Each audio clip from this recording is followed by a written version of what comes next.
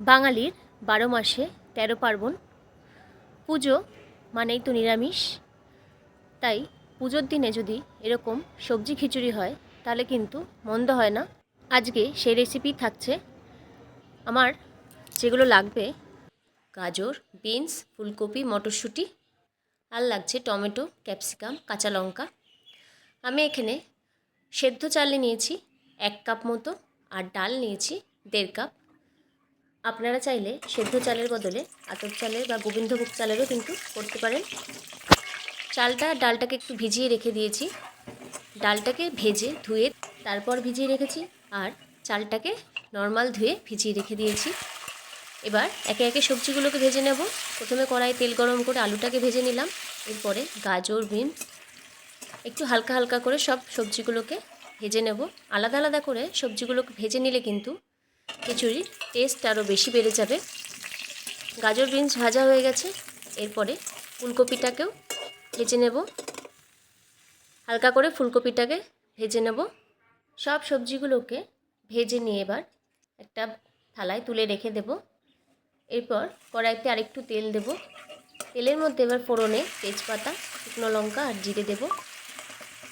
ফোড়নটা দিয়ে একটু ভেজে নিয়ে এর মধ্যে এবার 1 চামচ মতো আদা বাটা দেব। একটু ভালো করে আদাটাকে ভেজে নিতে হবে। এর মধ্যে এবার 1 চামচ জিরে গুঁড়ো, ধনে গুঁড়ো আর লঙ্কার গুঁড়ো দেব, কাশ্মীরি লঙ্কার গুঁড়ো। ভালো করে এবার মশলাটাকে একটু ভেজে নিতে হবে। এর মধ্যে এবার আগে থেকে কেটে রাখা টমেটো, ক্যাপসিকাম দিয়ে দেব। সামান্য একটু জল দেব, মশলাটা যাতে নিচে লেগে তেতো না হয়ে যায়। একটু জল দিয়ে আবারও বেশ মশলাটাকে ভালো করে কষে নিতে হবে। টমেটোটা যতক্ষণ না একটু নরম হয়ে আসছে মশলাটাকে ভালো করে কষিয়ে নেব। নুন দেব, হলুদ দেব, ভালো করে আবার মশলাটা কষিয়ে নেব। মশলাটাকে একটু ঢাকা দিয়ে দিয়ে বেশ খানিকক্ষণ ধরে কষিয়ে নিতে হবে। এর মধ্যে এবার 1 বাটি মটরশুঁটি দিয়ে দেব। মশলাটাকে খুব ভালো মতো কষিয়ে নেব যতক্ষণ না কাঁচা গন্ধটা বেরিয়ে যাচ্ছে। কষানো হয়ে গেলে নামিয়ে রেখে দেব। অন্যদিকে হাঁড়ির মধ্যে জল নিয়ে নিয়েছি। জলটা গরম হতে বসিয়েছিলাম। এর মধ্যে এবার আগে থেকে ভিজিয়ে রাখা চাল দেব, ডালটাও দিয়ে দেব। দিয়ে ঢাকা দিয়ে চাল আর ডালটা সেদ্ধ করতে দেব। ঢাকনাটা খুলে একটু উপরের যে ফেনাগুলো রয়েছে সেগুলোকে ফেলে দেব উপর থেকে। এরপর চাল আর ডালটাকে কিন্তু সেদ্ধ করে নিতে হবে। প্রথমেই চাল আর ডালটাকে পুরোপুরি সেদ্ধ করব না, কারণ সবজিগুলোকেও দিয়ে আরেকটু সিদ্ধ করতে হবে। হালকা ভাজা ছিল, তাই একটু চালটা শক্ত থাকতেই এর মধ্যে এবার সবজিগুলোকে দিয়ে দেবো, যাতে সবজির সাথে চালটা পুরোপুরি সিদ্ধ হয়ে যায়। স্বাদের জন্য এখানে আরেকটু নুন দিলাম, আর কালারের জন্য একটু হলুদ দিলাম। এরপর একটু ঢাকা দিয়ে রাখবো কিছুক্ষণ। এবার ঢাকাটা খুলে কয়েকটা চেরা কাঁচা লঙ্কা দিয়ে দেবো উপর থেকে। স্বাদের জন্য বেশ কয়েকটা চেরা কাঁচা লঙ্কা দিয়ে দিলাম। এরপরে যে মশলাটা বানিয়ে রেখেছিলাম সেইটা হাঁড়ির মধ্যে দিয়ে দিচ্ছি।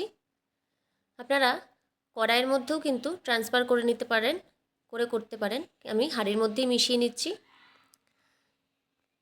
পুরো মশলাটার সাথে এবার খিচুড়িটাকে ভালো করে মিশিয়ে নেব। তাহলেই কিন্তু রেডি একদম মশলাদার খিচুড়ি, নিরামিষ খিচুড়ি। এরপরে নামিয়ে নেব। পুজোর দিনে এরকম কিন্তু নিরামিষ খিচুড়ি দুপুরের মেনুতে থাকতেই পারে। দুপুরটা কিন্তু একদম জমে যাবে গরম গরম খিচুড়ি, সাথে বেগুন ভাজা, পাঁপড়, আলুর দম, আর কি চাই। শীতকালে যেহেতু অনেক রকম সবজি পাওয়া যায়, তাই সবজি দিয়ে এই নিরামিষ খিচুড়িটা খেতে কিন্তু খুবই ভালো লাগে। আর এটা শরীরের জন্যও কিন্তু খুবই উপকারী। তাই পুজোর দিনে এরকম একটা খিচুড়ি রেসিপি কিন্তু থাকতেই পারে দুপুরের মেনুতে। অবশ্যই আপনারা বাড়িতে রেসিপিটি ট্রাই করুন। আশা করছি আপনাদের সকলের খুব ভালো লাগবে। রেসিপিটি কেমন লাগলো অবশ্যই জানাবেন। ভালো লাগলে লাইক, শেয়ার এবং সাবস্ক্রাইব করে পাশে থাকবেন। নমস্কার।